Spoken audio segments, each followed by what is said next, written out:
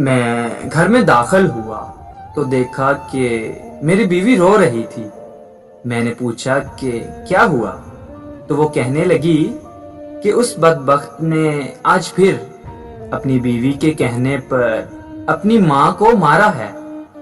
ہمارے گھر کے سامنے والے گھر میں ایک فیملی رہتی تھی۔ وہ میاں بیوی ہر وقت ماں سے لڑتے رہتے تھے۔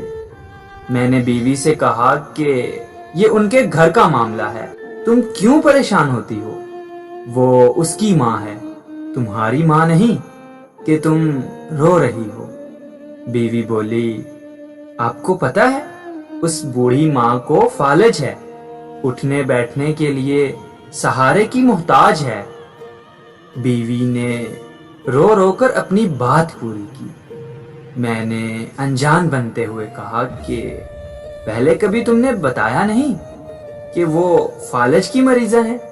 اچھا چھوڑو، ہم کیا کر سکتے ہیں؟ میری بیوی بولی کہ میرا دل کرتا ہے بوڑھی ماں کو اپنے گھر لے آؤں، کچھ دنوں کے لیے ہی صحیح۔ یہ کہہ کر میری بیوی میرے پاؤں میں بیٹھ گئی اور میں انکار نہ کر سکا۔ اگلے دن میں اس کے گھر گیا اور بوڑھی ماں کی بہو سے بات کی کہ میری بیوی قرآن پاک سے فالج کا علاج کرتی ہے، اگر آپ ایک ہفتے کے لیے ماں کو میرے گھر جانے دیں۔ اس کی بہو کے چہرے پر شرمندگی اور حیرت کے ملے جلے آثار نمایاں ہوئے۔ میں نے پھر کہا کہ ہو سکتا ہے 1 مہینہ بھی لگ جائے۔ اس کے چہرے پر مزید خوشی آ گئی اور وہ مان گئی، اور میں ماں کو اپنے گھر لے آیا۔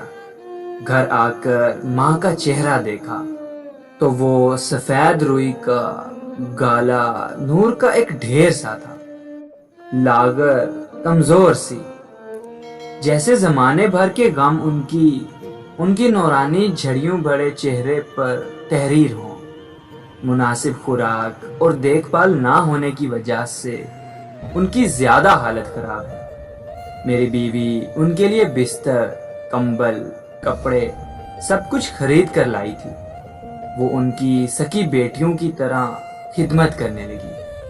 اچھی خوراک اور خدمت سے ماں کے چہرے پر کچھ ہی دنوں میں رونق آنے لگی۔ ہماری شادی کو 10 سال ہو گئے تھے، مگر اولاد نہ تھی، اس لیے بیوی ماں کے ساتھ بہت خوش تھی۔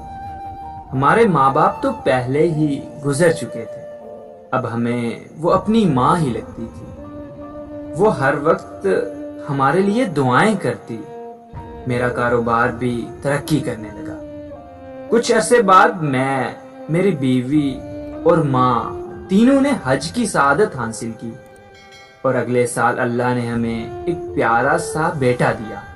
ہم بہت خوش تھے۔ ماں 9 سال تک ہمارے ساتھ رہی اور پھر اللہ کو پیاری ہو گئی۔ پچھلے دنوں میری بیوی بہت خوش تھی۔ میں نے خوشی کی وجہ پوچھی تو کہنے لگی، میں نے ایک خواب دیکھا ہے۔ میں نے دیکھا ہے کہ محشر کا دن ہے، سب حیران پریشان کھڑے ہیں، میں بھی کھڑی ہوں، اور اتنے میں ماں آئی اور میرا ہاتھ پکڑ کر کہنے لگی، ادھر آؤ میرے ساتھ، تجھے پل صراط پار کرا دوں۔ میں ان کے ساتھ چلی گئی۔ ہم ایک باغ سے گزرے، پھر بڑا سا میدان آ گیا۔ ماں کہنے لگی کہ پل صراط پار ہو گیا، اور میری آنکھ کھل گئی۔ میں نے کہا، مبارک ہو، بہت اچھا خواب ہے، مگر تمہیں میرا خیال نہیں آیا۔ چلو خیر، ہمیں بھی کوئی مل ہی جائے گا جو پل صراط پار کروا دے گا۔ بیوی نے دل کی گہرائیوں سے کہا، آمین۔ میں نے بیوی کو یہ نہیں بتایا کہ ایسا خواب میں بھی دیکھ چکا ہوں۔